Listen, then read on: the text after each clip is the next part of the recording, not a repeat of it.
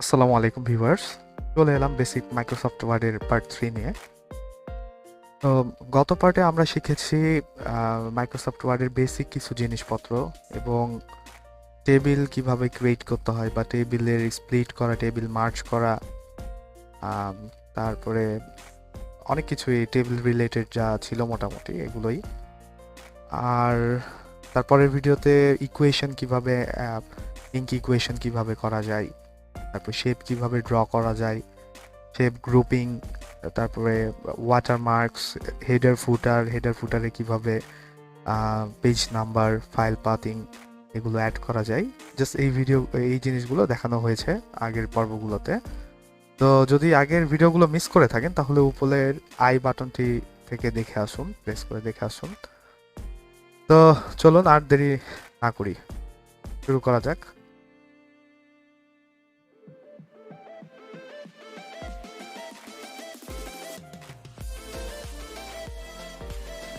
তো আজকের ভিডিওতে আমরা মেইনলি আলোচনা করব আবারও টেবিলের আরো কিছু জিনিসপত্র নিয়ে। তারপরে মানে টেবিল দিয়ে কিছু জিনিস কাজ করা যায়, কিছু টেবিল থেকে আমরা কিছু অ্যাডভান্টেজ নেব টেবিলকে ইউজ করে। আর পিকচার কিভাবে ইনসার্ট করা যায় এগুলো সবাই জানেন, পিকচার ইনসার্ট যে ব্যাপারগুলো রয়েছে। তবে ইনসার্ট করে এটা বাহাইন্ড টেক্সট বা আপার টেক্সট পিকচারগুলো কিভাবে ব্যবহার করা যায়, বা পিকচার কিভাবে নেভিগেশন কি দ্বারা মুভ করা যায় পজিশন, এই জিনিসগুলো জাস্ট দেখবো। তারপরে ওই যে বিভিন্ন বুলেট রয়েছে, তারপরে আমরা যে নাম্বারিং যে ইয়াগুলো রয়েছে এগুলো জাস্ট এই জিনিসগুলো আমরা আজকে পর্বে ইনশাল্লাহ কভার করার চেষ্টা করব। তো ভিডিওটি না টেনে পুরো ভিডিওটি দেখতে থাকুন, ইনশাল্লাহ কিছু শিখতে পারবেন, অথবা আমিও কিছু দেওয়ার চেষ্টা করব। তবে চলুন আজকের প্রথম টপিকটি আমরা টেবিল থেকে কিছু অ্যাডভান্টেজ নিয়ে কিছু বেসিক কাজকর্ম করা যায় এই জিনিসগুলো দেখি। তো সেই আমরা একটা অ্যাপ্লিকেশন লিখছি বা এই টাইপের কোনো কিছু অ্যাপ্লিকেশন, এটা আমি জাস্ট গুগল থেকে কপি করে নিয়েছি, এই জন্য ফরম্যাটিংটা উল্টাপাল্টা শো করছে।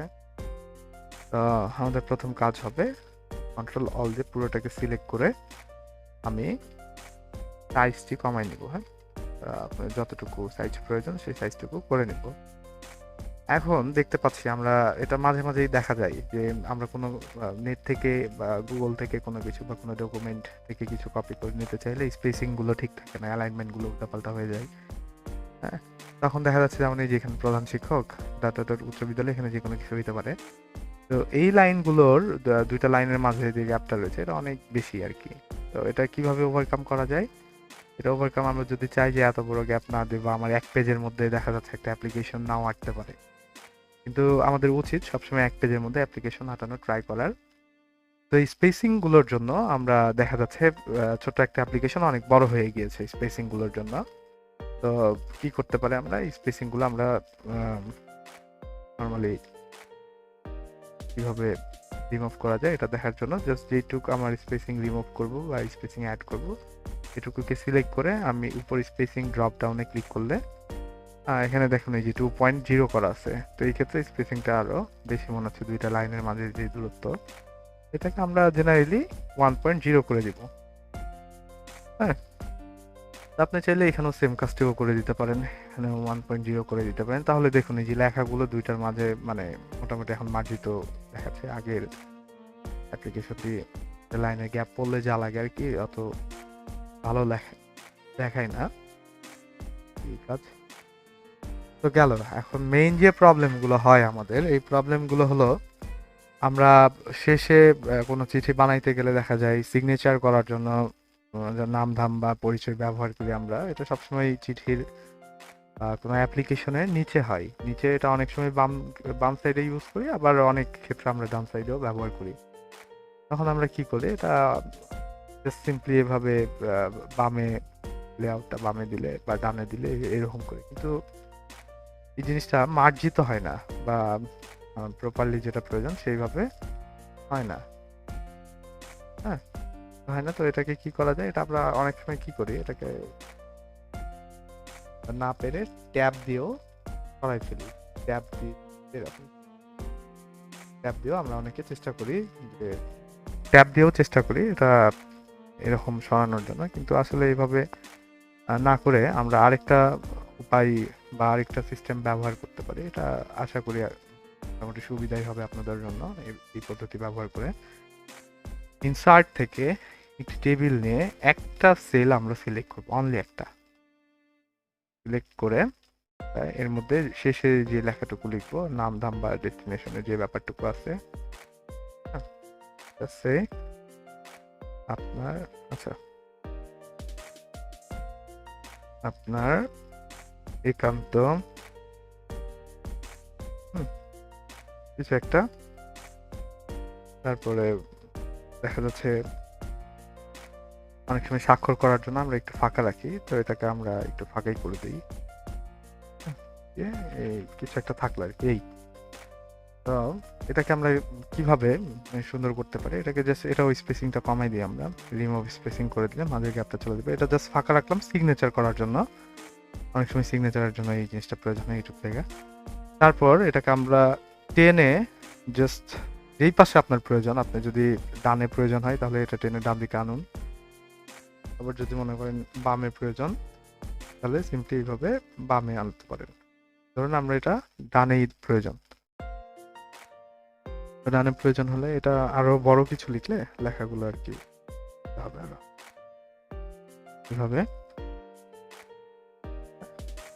তো দেখুন এটাও লেআউটটা ঠিক দেখাচ্ছে না, তখন কি করবো আমরা, এটা জাস্ট পুরাটিকে সিলেক্ট করে এটা মাঝে দিলে এই যে এখন সুন্দর দেখাচ্ছে মোটামুটি। এখন আপনারা তো বলতে পারেন যে ঠিক আছে তাহলে এটা তো শেষে দিলাম, কিন্তু এই এটা তো টেবিল আকারে থাকবে না, যেই আমরা নাম বা ডেজিগনেশন যেগুলো ইউজ করেছি এগুলো টেবিল আকারে থাকবে না। তখন কি করব, সিম্পলি এই মাউসের কার্সারটা মুভ করলে এখানে যে চারপাশের ইয়াটা দেখতে পাচ্ছেন এটাতে সিলেক্ট করে আমরা এখান থেকেও করতে পারি। এই যে এখানে ড্রপ ডাউনে ক্লিক করলে নো বর্ডার যদি দেই তাহলে দেখেন এটা আর ইয়াটা থাকলো না, চারপাশে কোনো বর্ডারটা থাকলো না। এখন এটা যদি আপনি কোনো কাগজে বা কিছুতে প্রিন্ট করেন আপনি বুঝতেও পারবেন না যেটা টেবিলের মাধ্যমে করা হয়েছে। হ্যাঁ, এটা একটা মোটামুটি এই পদ্ধতিটা অবলম্বন করতে পারেন। এটা খুব সুবিধা বা নিজের মতো করে জিনিসটা দেখার ভালো লাগে এইভাবে করলে। হ্যাঁ, হয়ে গেল টেবিল থেকে অ্যাডভান্টেজ আমরা এইভাবে নিতে পারি আর কি। কাজের লাইনগুলো আমরা হাইড করে দিতে পারি, টেবিলের চারপাশে যে লাইনগুলো রয়েছে এগুলো হাইড করে দিতে পারি।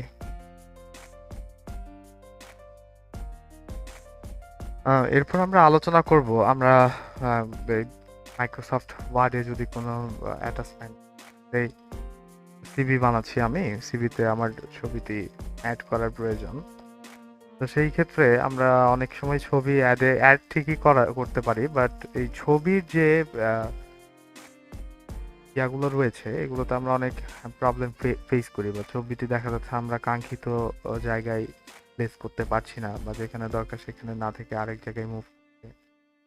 হ্যাঁ, তো এই জিনিসগুলো ওভারকাম করার জন্য আমরা জাস্ট দেখে আসি, সিম্পলি ধরুন একটা ছবি আমি ইম্পোর্ট করতে চাই, তার থেকে পিকচার্সে ড্রপ ডাউন করলে দিস ডিভাইস বা আপনার ছবি যেখানে রয়েছে এখান থেকে আপনি ছবিটি নিলে উপরে পিকচার ফরম্যাট নামে একটি ট্যাব ওপেন হবে। এই ট্যাবে আপনার এই ছবির বর্ডারটা কেমন হবে এখান থেকে এখানে সিলেক্ট করে নিতে পারেন। এটাতে যেমন আমাদের যদি কোনো ছবি থাকে নিজে সেই ক্ষেত্রে দিতে পারেন। হ্যাঁ, এগুলো জাস্ট দেখেন রিফ্লেকশন পড়েছে নিচে, এটাই। এখন আমরা কি করব, এই ছবিটিকে আমরা নিজস্ব মানে কাঙ্ক্ষিত জায়গায় আমরা প্লেস করব। প্লেস করার জন্য কি করব, এটা অনেক সময় আমরা কি করি, এটা নেভিগেশন দিয়ে আমরা মুভ করতে পারি না, বা এটাকে আমরা এভাবে টানা হেঁচড়া করলে জিনিসটা ঠিকমতো মুভ হয় না, বা আমার পুরো টেক্সট বা অ্যাপ্লিকেশনটি নষ্ট হয়ে যাবে।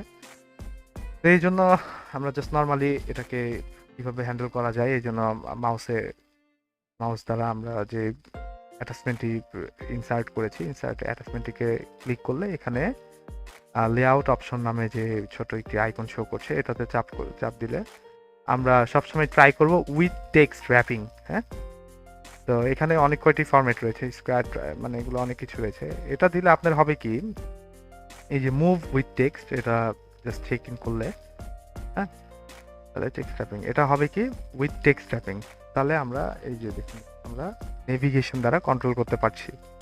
হ্যাঁ, নেভিগেশন দ্বারা কন্ট্রোল করতে পারছি। আবার দেখা যাচ্ছে আমার ছবিটি আমার হলো ব্যাকগ্রাউন্ডে দরকার আর ছবির উপরে আমি টেক্সট দিতে পারবো। এরকম যদি মনে হয় তাহলে এই ছবিটিকে আমরা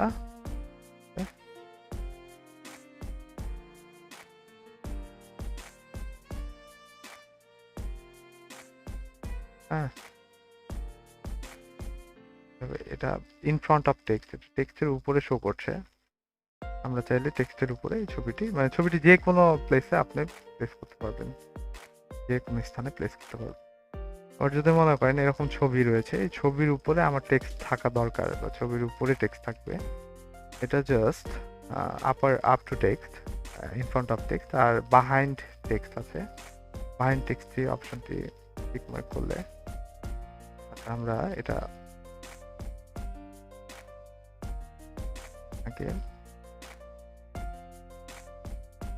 এখানে আমরা কিছু লেখা লিখে এটাকে আমরা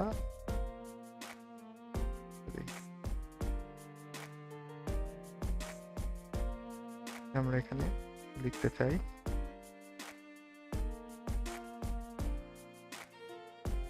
এখন যদি লিখেন তাহলে দেখেন এটা ছবির উপর দিয়ে লেখাটা চলে আসে। আচ্ছা, এটা আরো ক্লিয়ারলি দেখার জন্য আমরা কি করি, একটা ফাঁকা জায়গায় এই কাজটা করি। ইনসার্ট থেকে পিকচার থেকে দিস ডিভাইস ছবি নেই হোয়াট এভার, এখান থেকে জাস্ট এটা দিলে বাহাইন্ড টেক্সট দিলে উপর দিয়ে টেক্সট আসবে, কোনো প্রবলেম হবে না। আমরা যদি কিছু লিখি নর্মালি এই ছবির উপর দিয়ে লিখতে পারবো। হ্যাঁ, এই হয়েছে পিকচার রিলেটেড। আপনি চাইলে এটাকে নেভিগেশন দিয়েও কন্ট্রোল করতে পারেন, সমস্যা নাই। এখন আপনি চাইলে যে কোনো জায়গায় এটা প্লেস করতে পারেন, আর ঝামেলা করবে না। তো এই হইছে নর্মালি অ্যাটাচমেন্ট বা পিকচার অ্যাড করার সময় আমরা এই প্রবলেমগুলোতেই পড়ি, যে এই প্রবলেমগুলো কেমন, এই যথার্থ স্থানে ছবিটা মুভ করতে পারছি না বা ছবি মুভ করতে গেলে টেক্সট ভেঙে অন্য জায়গায় চলে যাচ্ছে। তো এই প্রবলেম থেকে রক্ষা পাওয়ার জন্য আমরা জাস্ট নর্মালি এই অপশনটি উইথ টেক্সট র্যাপিং নামে যে অপশনটি রয়েছে এখান থেকে যে কোনো একটি চুজ করলে আপনি কাজটি করতে পারবেন। এগুলো এক একটা ক্যারেক্টারিস্টিক্স, এগুলো জাস্ট দেখে দেখে আপনি চেষ্টা করলে পেয়ে যাবেন। হ্যাঁ, তো এই গেল অ্যাটাচমেন্ট ইনসারশনের যে ঝামেলাগুলো।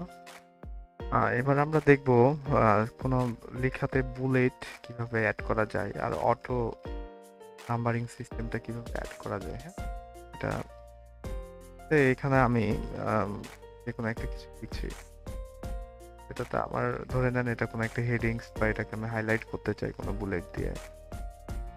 এখানে জাস্ট নর্মালি উপরে এই হোম ট্যাব থেকে এখানে উপরে বুলেটস নামে যে অপশনটি রয়েছে এখানে ড্রপ ডাউন করলে আপনি বিভিন্ন ধরনের বুলেট পাবেন। আপনি চাইলে একটি নিজের মতো করে বুলেট বানিয়েও নিতে পারবেন ডিফাইন নিউ বুলেট থেকে। এখান থেকে আপনার সিম্বল ব্যবহার করতে পারেন, আপনি চাইলে এখান থেকে ছবি ব্যবহার করতে পারেন।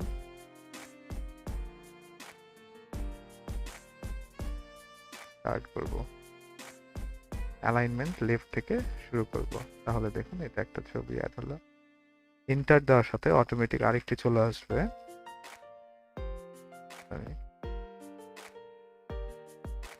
এভাবে যে কোনো ছবি দিতে পারেন আপনি, এই বুলেট হিসাবে আপনি নিজের ছবিও ব্যবহার করতে পারেন। যদি এরকম না থাকে আপনি সিম্পলি গুগল থেকে এরকম যে আপনার মন মতো যে কোনো ছবি ডাউনলোড করে সেটাকে বুলেট আকারে ব্যবহার করতে পারেন। তো আমরা জেনারেলি এগুলো যেগুলো দেওয়া আছে ডিফল্ট এগুলো থেকে আমরা ব্যবহার করি। স্পেসিফিক কোনো কিছু চাইলে সেটাও করতে পারেন। এখন বুলেট গেল, এখন ধরুন আমরা 50 জনের একটি লিস্ট বানাচ্ছি নামের। লিস্ট বানানোর ক্ষেত্রে তখন কি আমরা এভাবে ম্যানুয়ালি এক লিখে দিতে পারি। আমারটা এই যে অটো টেক্সটটা অন করা রয়েছে, তো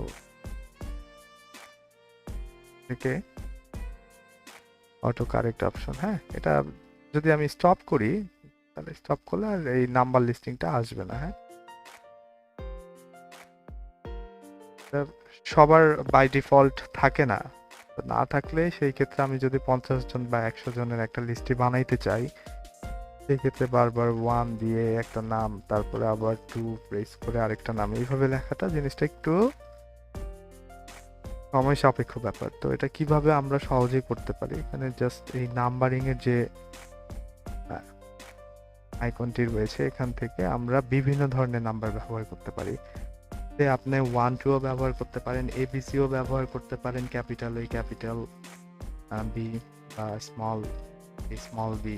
1 2 এর পর আপনি কি ধরনের ফুল স্টপ ইউজ করতে চাচ্ছেন না ব্র্যাকেট করতে চাচ্ছেন, বা রোমান সংখ্যার যে অক্ষরগুলো রয়েছে, নাম্বারিং সিস্টেম যেটা রয়েছে, এগুলোও আপনি ব্যবহার করতে পারেন।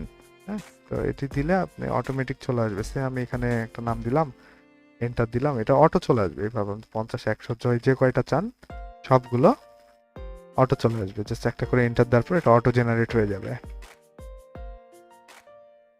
আমি চাই এটাকে রোমান নাম্বার না দিয়ে এটাকে আমি আবার 1 2 এ আকারে দিতে চাই।